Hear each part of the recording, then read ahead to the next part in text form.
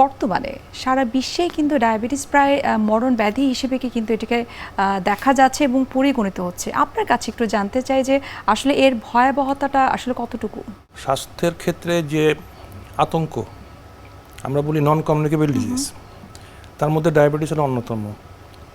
এবং সমস্ত বিশ্বে এটা 2021 সালের ডেটা, এর লেটেস্ট ডেটাটা এখনও পৌঁছেনি, সেটা অনুযায়ী প্রায় 54 কোটি লোক ডায়াবেটিসে আক্রান্ত সারা বিশ্বে। এটা হলো 20 থেকে 79 বছর বয়স্কদের মধ্যে, মানে এদের প্রায় 10.5% ডায়াবেটিসে আক্রান্ত। এবং বাংলাদেশের অবস্থা আরও খারাপ।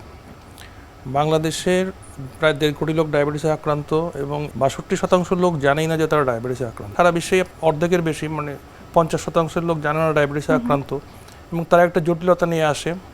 এবং এভাবে যদি চলতে থাকে তাহলে এটা আশঙ্কা করা হয় যে 2030 সালে গিয়ে প্রায় 64 কোটিরও বেশি লোক সারা বিশ্বে ডায়াবেটিসে আক্রান্ত হবে, এবং 2045-এ গিয়ে প্রায় 78 কোটি লোক ডায়াবেটিসে আক্রান্ত হবে। এবং বাংলাদেশেও প্রায় 2,22 লাখ লোক ডায়াবেটিসে আক্রান্ত থাকবে। এবং বাংলাদেশ এখন 8ম পজিশনে আছে ওয়ার্ল্ডে।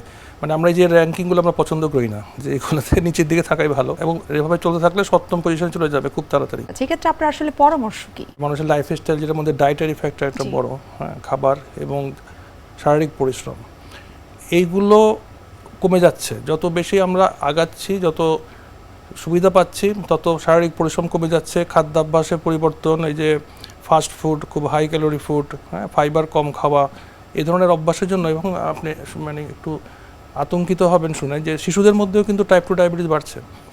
তো এখন আমরা যদি জীবনযাপন পদ্ধতিটা পরিবর্তন আনতে পারি এবং স্থূলতা কমাতে পারি, তাহলে দেখা যায় যে যদি মানে 5 থেকে 7% ওজন কমে, তাহলে প্রায় 60% ডায়াবেটিস শতকরা 60% ডায়াবেটিসকে প্রিভেন্ট করা যায়। এটা কিন্তু টাইপ 2 ডায়াবেটিস একটা প্রিভেন্টেবল ডিজিজ, যেটা প্রতিরোধযোগ্য।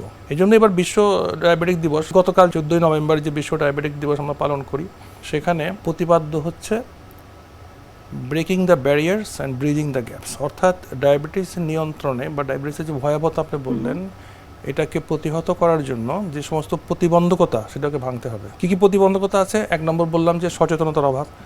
মানুষ জানেই না ডায়াবেটিস তারা আক্রান্ত আছে, এবং কি করতে হবে এবং কোথায় যেতে হবে সেগুলোও জানে না।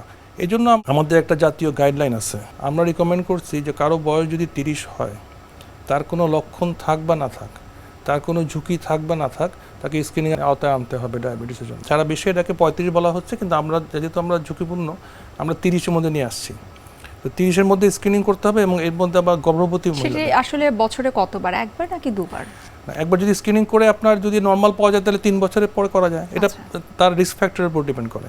আর যদি কোনো কারো লক্ষণ থাকে বা কারো যদি রিস্ক ফ্যাক্টর থাকে, যেমন পরিবারে ডায়াবেটিস আছে, বাবা মা ভাই বোনের মধ্যে স্থূলতা বেশি, প্রেশার আছে, ডিসলিপিডিমিয়া বলে, যেটা রক্তের কোলেস্টেরল বা চর্বিতে অস্বাভাবিকতা আছে, তারপরে যে মহিলাদের যে পলিসিস্টিক ওভারি আছে তাদের, সেখানে, তারপরে ঘাড়ে একটা কালো দাগ থাকে, অ্যাকান্থোসিস নিগ্রিক্যান্স, এগুলা। তো এই সমস্ত জিনিস থাকলে আমরা আগেই স্ক্রিনিং করি।